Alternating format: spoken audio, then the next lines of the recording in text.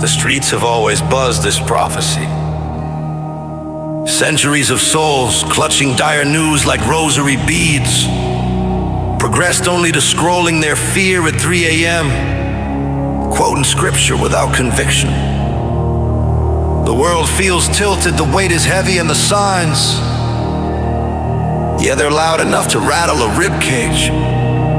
But read that book with a brighter eye, and you may not see a single countdown clock, but realize the 66 in play at once. Someone is in the beginning while another becomes the seventh angel. Just two hairs in a living braid of parabolic truths. So I don't spend my days pouring out the doom of the last days of life, but pouring out the wrath of living under denial and delay. I'm not out here hosting rapture rehearsals or coaching folks through last-minute spiritual extra credit, no. Because once upon a time, I was a teacher, and I've realized those who feared judgment in the biblical last days sound exactly like those who feared grades in last days of school. I remember it well. Every year, like solstice, like lunar tide, the same crew would show up at my desk, wide-eyed, trembling, voices shaking like loose change. Is there extra credit? Can I make up the work? I didn't know it would count like this. Teacher, you're mean. Sometimes with an expletive for seasoning. Now suddenly it all mattered. Not because they saw the value, not because the learning reached them, but because summer was calling and failing had consequences they didn't consider until they felt the heat. And it was always the same ritual.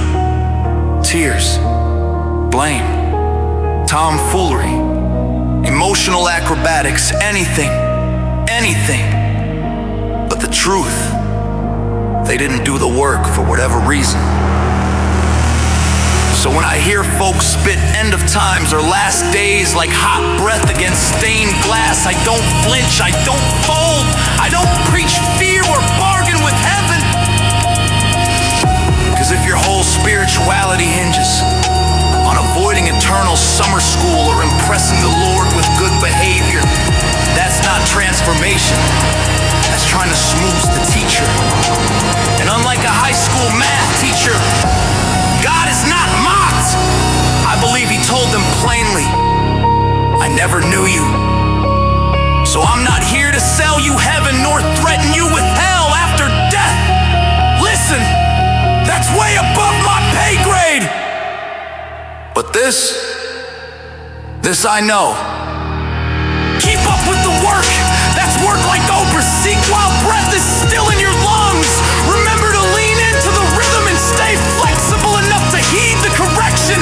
Pay attention to how the Spirit uses the lesson plans. If you do these things, you don't have to worry about prepping for the last days, because you'll be living your best of days. Life is in learning to use time. Death is in striving to control time.